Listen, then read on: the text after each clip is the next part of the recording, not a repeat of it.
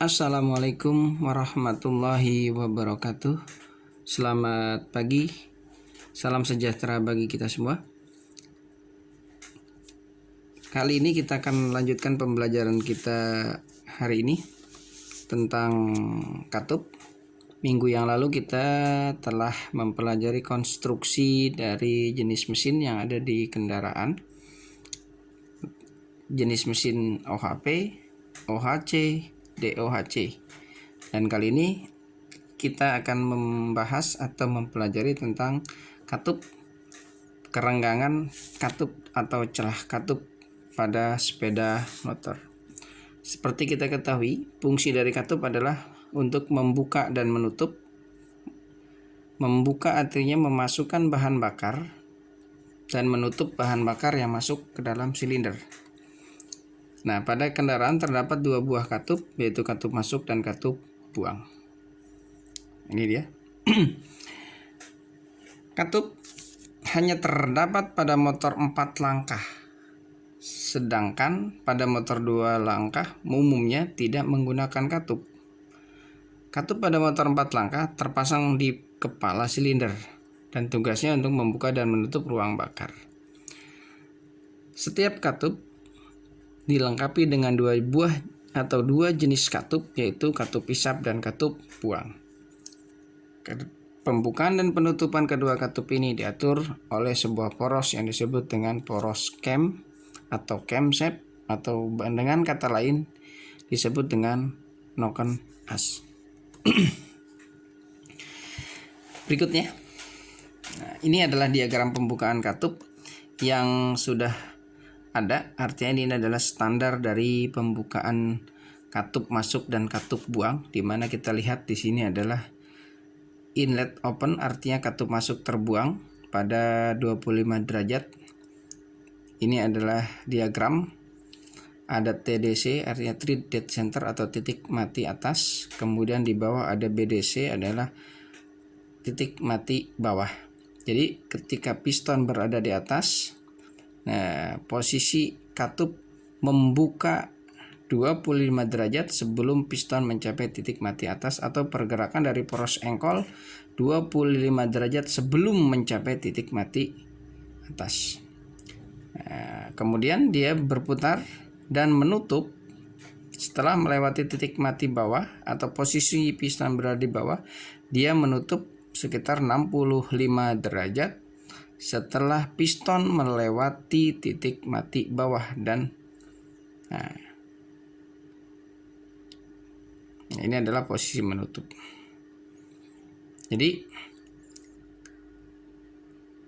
di posisi gambar merah, nah ini dia. Ini adalah di mana posisi katup buang terbuka 65 derajat pada saat putaran poros engkol 65 derajat sebelum titik mati bawah. Nih. Nah, dan menutup 25 derajat setelah melewati titik mati atas. Artinya ketika piston sudah berada di bawah titik mati atas, katup buang mulai menutup. Nah, ada overlap, artinya di mana dalam kondisi ini adalah kedua katup masing-masing dalam kondisi terbuka ketika piston berada di titik mati atas, berfungsi untuk melakukan pembilasan bahan bakar pada akhir langkah pembuangan. Nah, di sini ada lead dan lag. Nah, ini adalah posisi di mana kedua katup dalam kondisi terbuka dan tertutup pada posisi di titik mati bawah. Ini tidak akan kita jelaskan untuk diagram pembukaan katup di materi ini. Saya hanya akan menjelaskan tentang kondisi atau celah katup pada motor 4 langkah. Ini adalah jenis katup pada motor 2 langkah. Ini disebut dengan red valve atau katup harmonika, berbeda dengan katup 4 tak. Ini adalah jenis atau katup 4 tak. Dalam hal ini kita akan membahas tentang celah katup yang terlalu kecil dan celah katup yang terlalu besar. Oke, ini adalah gambar kalau ketika celah katup terlalu kecil. Berikutnya, penyetelan celah katup pada umumnya berfungsi sangat berpengaruh terhadap tekanan di dalam silinder. Yang kedua, jika katup terlalu kecil maka katup akan lebih cepat membuka dan menjadi lebih lama menutup. Karena posisi penekanannya lebih lama, lebih singkat.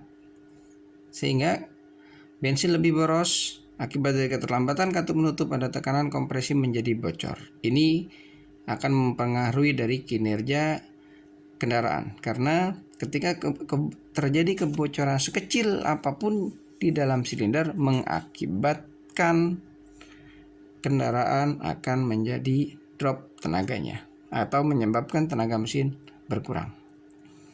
Nah, mesin tidak bisa stasioner dan sulit dihidupkan karena terjadi kebocoran pada kompresi.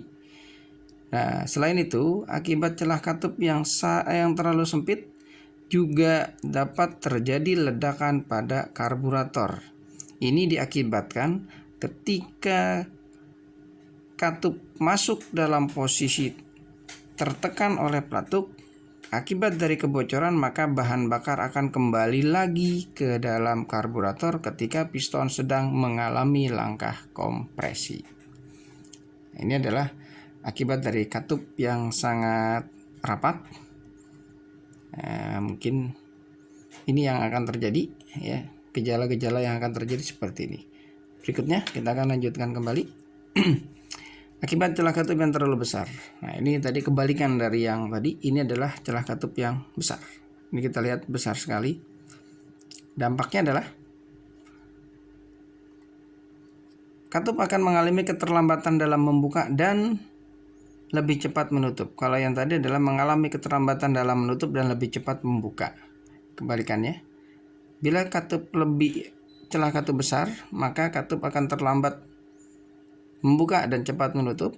Dampaknya adalah pemasukan bahan bakar akan berlangsung lebih cepat sehingga bahan bakar yang masuk menjadi lebih sedikit. Berikutnya, kompresi juga menjadi lebih rendah karena tekanan atau campuran bahan bakar dan udara dikompresikan lebih sedikit. Oleh karena jika tekanan kompresi rendah maka tenaga mesin akan menjadi berkurang. Berikutnya adalah mesin akan sulit dihidupkan. Setelah hidup maka suara mesin akan berisik karena celah yang terlalu besar. Karena pemasukan gasnya berkurang, mesin akan tersendat-sendat pada putaran tinggi. Sementara itu tidak dapat berputar secara stasioner. Maka celah katup harus disetel dengan tepat sesuai dengan standar dan spesifikasi dari perusahaan atau dari pembuat. Setiap kendaraan mempunyai celah katup yang berbeda-beda, disesuaikan dengan tingkat atau kondisi motor tersebut. Nah, antara katup masuk dan katup buang mempunyai perbedaan. Katup masuk biasanya mempunyai celah katup lebih kecil daripada katup buang. Pada kendaraan, katup buang mempunyai celah katup yang lebih besar. Dimaksudkan karena ketika katup buang bekerja akan mengalami pemuaian yang lebih besar.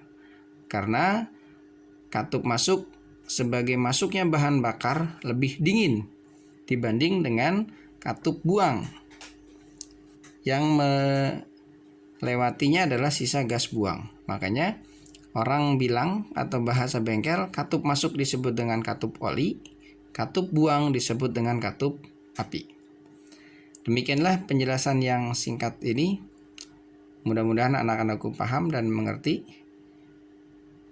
Seperti biasa, silakan dibuat resume atau rangkuman materi yang telah disampaikan. Mohon maaf atas kekurangan. Wabillahi taufiq wal hidayah. Assalamualaikum warahmatullahi wabarakatuh. Tetap semangat.